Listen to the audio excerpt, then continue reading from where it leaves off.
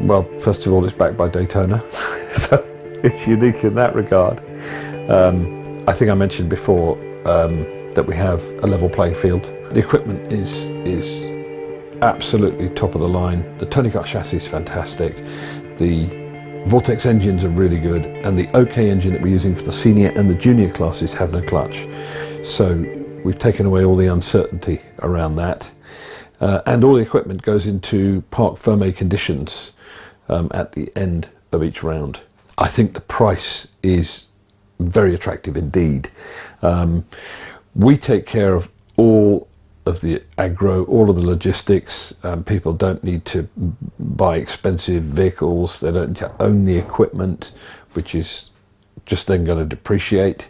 An ex-F1 driver called me the other day and couldn't believe that we could do it for that price, but we've done our numbers very, very carefully, and we know we can do it. Formula Kart Stars, brilliant idea, brilliant links to motorsport, particularly to F1. FOM actually put £500,000 into that. They lost it, and an awful lot of people lost the money that they put in because the financial management of FKS was very poor. Now I was asked to come along and help out with the business early last year. Took a look at the books and stuff, tried to help, but it was never going to work out, and it's gone bust for £1.5 million, and that's an awful lot of people's budget that they put in for their kids to race, and a lot of people have lost money. We've got years of experience of running championships. We run 5 championships each year. We've got the in-kart championship running at each venue, and then we run the D-Max championship as well. And we've got some serious graduates. Sam Bird, who was leading in the Daytona 24 Hours at the weekend in the Ferrari, also doing very well in Formula E. Josh Hill was another graduate. I think Damon Hill wanted his son to go racing, so he started him off at the Daytona Sandown Park in-kart club. So the in-kart thing works. Again, it's a level playing field. Everybody's in the same equipment. And then of course we've got the D-Max Championship, been running for 8 years. We supply everything. It's a travelling circus. We travel around, again, probably the best circuits in the country. The equipment is fantastic. And just when you told me you wanted to talk about this, I just did some checking, and round 8 for the intermediate class last year, Clay Pigeon, top 10 in qualifying, separated by 2/10, and that's a pretty regular occurrence that the qualifying, and even at the end of the race, you know, everybody's really close. So that even equipment works really well. 150 entries, we think, for that championship, looks like this year. And then again, we run some big races. The Daytona 24 Hours, I think this year it's sold out in 2 or 3 days. So the reason it's sold out in 2 or 3 days is because we put on a great event. So we know what we're doing with that. Do your preparation. Know the circuits. Be fit and bring the right attitude.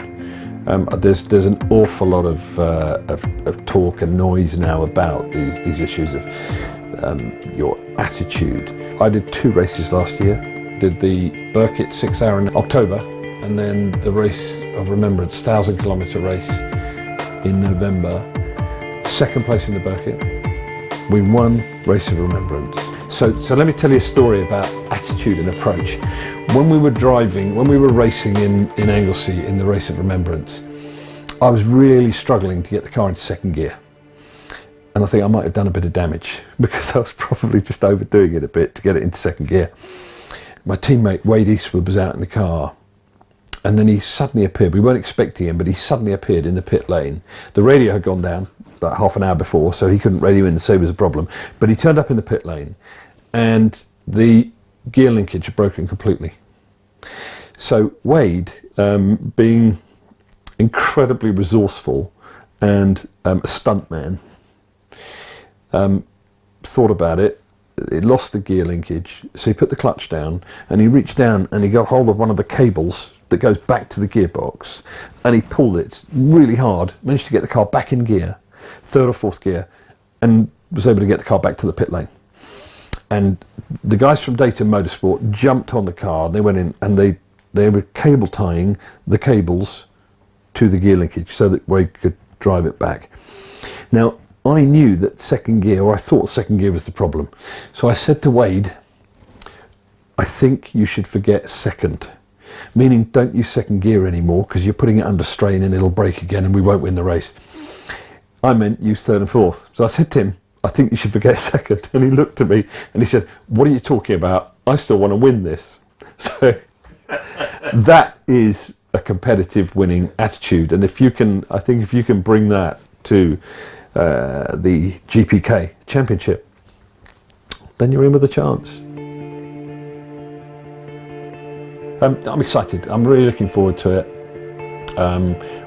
We're going to a couple of circuits that I've never been to, and I'm told they're absolutely fantastic. So I think we're going to see some amazing racing. As I said before, the kit is good and it's fast. So I think it's going to be top level racing, and I wouldn't be surprised if we find and develop a couple of stars out of this.